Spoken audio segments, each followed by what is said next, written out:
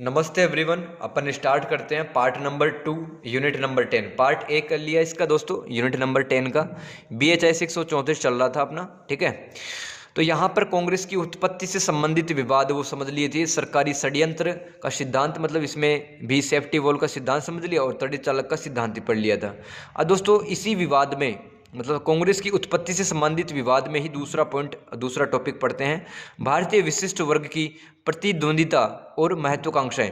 दोस्तों यहाँ पर कई इतिहासकार जो कि कैम्ब्रिज विश्वविद्यालय से पढ़े हैं, जैसे कि अनिल सील, इनके अनुसार भारतीय राष्ट्रीय कांग्रेस राष्ट्रीय नहीं थी, ठीक है। राष्ट्रीय नहीं थी, यह स्वार्थी व्यक्तियों द्वारा चलाया गया आंदोलन था। कौन कह रहा है? अनिल सील। तो दोस्तों कांग्रेस ऐसे व्यक्तियों के आर्थिक हितों व राजनीतिक हितों की पूर्ति के एक साधन के रूप में काम करता था। ये अनिल सेल जी का विचार था। इस विचार को भारत में चुनौती दी गई। इस विचार ने उस सोच की उपेक्षा की है जिसके अनुसार भारतीयों के हितों की पूर्ति भारत और ब्रिटेन के बेहतर संबंधों के पुनः गठन के माध्यम से हो सकेगी। तो भाई कुछ लोग ऐसे कह रहे थे कि भाई ब्रिटेन और भारत का बीच में जो रिलेशन है ना वो अच्छा होना चाहिए, ठीक है। तो भाई तभी तो अंग्रेज यहाँ पर अच्छे अच्छे कानून बना के आएंगे। लेकिन अनिल सील क्या कर रहे हैं कि कांग्रेस में ही कुछ व्यक्ति ऐसे थे जो कि अपने आर्थिक व राजनीतिक हितों की पूर्ति हेतु काम कर रहे थे। तो दोनों ग्रुप अलग अलग बातें कर रहे थे यहाँ पे।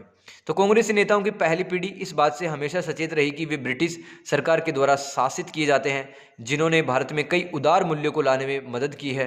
अंग्रेजों से पूरी तरह से संबंध विच्छेद कर लेना, मतलब पूरा रिश्ता ही तोड़ लेना, देशवासियों के हित में नहीं होगा, क्योंकि यहाँ पर फिर तो ब्रिटेन जैसा शासन नहीं हो पाएगा, ब्रिटेन जैसा नहीं बन पाएगा भारत। शुरुआत में ये सोचते थे कांग्रेस वाले। दूसरी तरफ राष्ट्रवादी कांग्रेसी नेता एक ऐसा रास्ता ढूंढ रहे थे जो कि देशवासियों के हित की पूर्ति कर सके। और दोस्तों तीसरा टॉपिक पढ़ते हैं इसमें, अखिल भारतीय संस्था की आवश्यकता।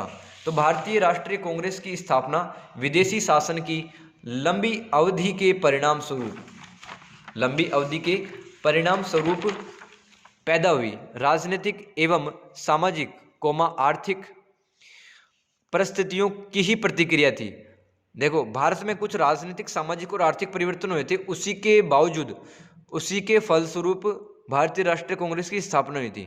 1885 के अंतिम दिनों में 5 सम्मेलन किए गए, जैसे कि इंडियन एसोसिएशन का विलय, इंडियन एसोसिएशन भी मतलब सम्मेलन करवा रही थी। तो भाई इंडियन एसोसिएशन का भी यही उद्देश्य था कि अंग्रेजों को जल्द से जल्द बाहर का रास्ता दिखाया जाए भारत से।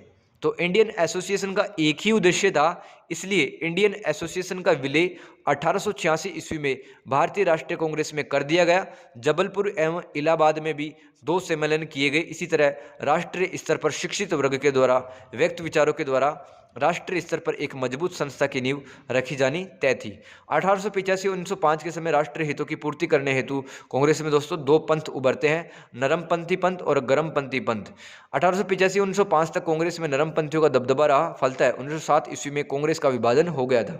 प्रारंभिक कांग्रेस की कार्यप्रणाली समझते हैं अब कैसे काम करती थी। शुरुआत में कांग्रेसी नेताओं के कार्य करने का तरीका शांतिपूर्ण था और संवैधानिक था। प्रेस के माध्यम से पूरे साल भर कांग्रेस के कार्यों का प्रचार किया जाता था। कांग्रेसी नेताओं ने भारतीय व अंग्रेजी भाषाओं में समाचार पत्रों में अपने लेख प्रकाशित किए थे। कांग्रेस के कार्यों का प्रचार करने का दूसरा तरीका था अधिवेशन। इसमें ब्रिटिश भारत सरकार की नीतियों का मूल्यांकन व विचार विमर्श किया जाता था। कई बार प्रभावशाली प्रस्ताव भी पारित किए जाते थे। कांग्रेसियों का ब्रिटिश न्यायप्रियता एवं अच्छाई पर विश्वास बिल्कुल अभी भी था। तो ये शुरुआत में है ना, कांग्रेसी से समझ रहे थे कि भाई इनको नाराज ना किया जाए और ये अंग्रेज लोग अच्छा शासन, अच्छे नियम कानून लेके आएंगे भारत में और भारतीयों का भला हो जाएगा। लेकिन दोस्तों ये सोच अपने आप में ही गलत थी, ठीक है। अब देखो शुरू में कांग्रेसियों को विश्वास था कि अगर ब्रिटिश सरकार तक भारतीयों की दशा स्पष्ट रूप से पहुंच जाती है कि भारत में लोगों के क्या हालात हैं, ये अगर ब्रिटिश सरकार जान लेगी तो सब कुछ ठीक हो जाएगा। इनके अनुसार भारतीयों तथा उनके बीच नौकरशाही आड़े आ रही है। दोस्तों नौकरशाही क्या होती है? मतलब सरकार अपने प्रशासन को चलाने के लिए कुछ अधिकारियों की नियुक्ति करती है, उनको कहा जाता है नौकरशाह, ठीक है भाई। तो भारतीयों तथा ब्रिटिश सरकार के बीच में जो नौकरशाही थी, ठीक है, वो आड़े आ रही थी। नौकरशाही मतलब भला नहीं चाहती थी भारत के लोगों का। तो कांग्रेसी भारतीयों की दुर्दशा की याद अंग्रेजों को दिलाते थे ताकि भारतीयों के प्रति उनके जो कर्तव्य थे वो उनको निभाएं। कौन? नौकरशाह लोग। इस हेतु भारतीयों की व्यथा अंग्रेजों को बताने के लिए नेताओं के प्रतिनिधिमंडल इंग्लैंड भेजे गए। सन 1879 ईस्वी में भारतीय राष्ट्रीय कांग्रेस की ब्रिटिश समिति की स्थापना हुई। दादा भाई नौरोजी ने अपनी जिंदगी का बड़ा हिस्सा इंग्लैंड में बिताया। वे इंग्लैंड की संसद के विभिन्न निम्न सदन के लिए चुने गए। भारतीयों की स्थिति सुधारने हेतु उन्होंने एक प्रभावशाली दल का भी गठन किया गया था। नरम दल मांगे और कार्यक्रम पढ़ते हैं। नरम दल दोस्तों संवैधानिक सुधारों, आर्थिक सहायता, प्रशासनिक पुनः गठन, नागरिकों को उनके अधिकारों से परिचित करवाकर भारतीयों को शोषण से मुक्ति दिलवाना चाहता था। इसकी मांग थी कि प्रांतीय काउंसिल का गठन हो जाए, इंडियन सिविल सर्विसेज का आयोजन इंग्लैंड के साथ साथ भारत में भी हो, ताकि हर प्रतिभाशाली भारतीय को मतलब इस परीक्षा में बैठने का मौका मिले। अब देखो इंग्लैंड जाने के लिए तो काफी पैसों की जरूरत रही होगी पहले, ठीक है।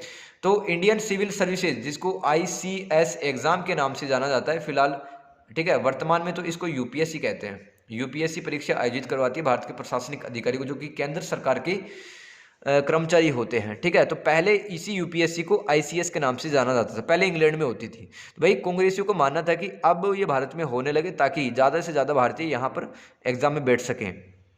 दूसरी ये मांग थी। तीसरी मांग, न्यायपालिका कार्यपालिका से पृथक्करण हो जाए। चौथी मांग, आर्म्स एक्ट को रद्द किया जाए। पांचवी मांग, भारतीयों को सेना में उच्च पद दिए जाए।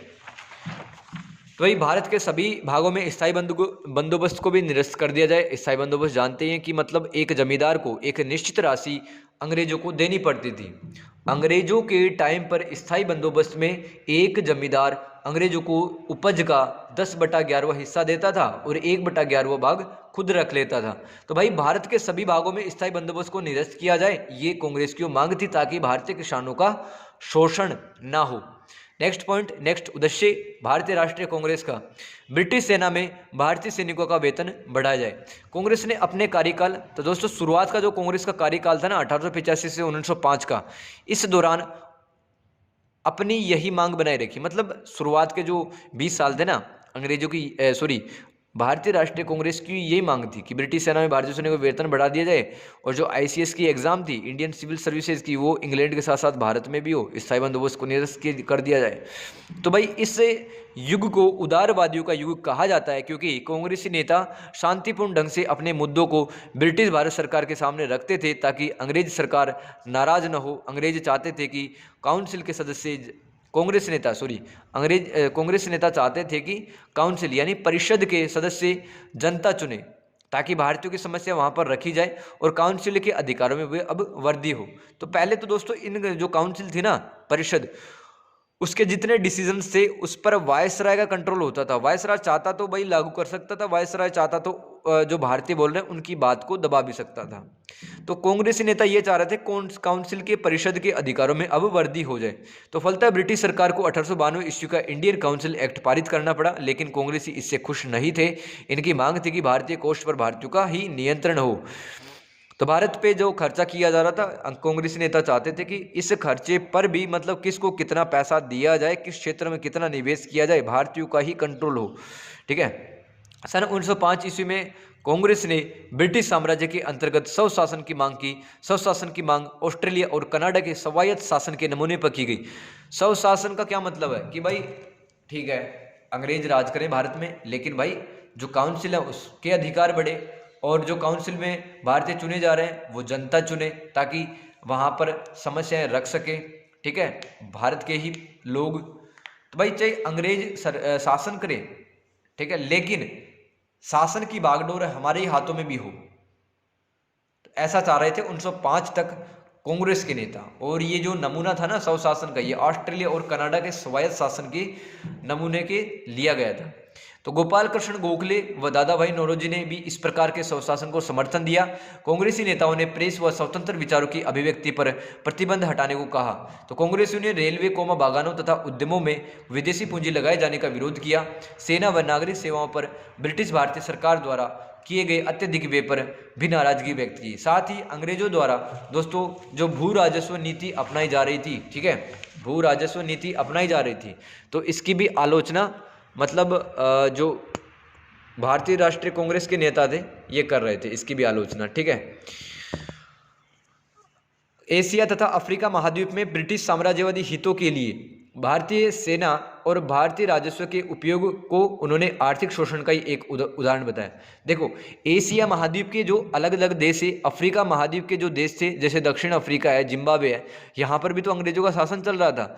और ये जो शासन था भाई, शासन को चलाने के लिए, सेना के हथियारों के लिए, रख रखाव के लिए पैसों की जरूरत पड़ती थी, और ये सारा ही पैसा भारतीय खजाने से जाता था, भारत देश से जाता था। तो ये भी नाराजगी थी कांग्रेस के नेताओं के मन में। तो दोस्तों, ये क्लास यहीं ख़त्म होती है, मिलते हैं नेक्स्ट क्लास में, तब तक के लिए गुड बाय, कीप लर्निंग।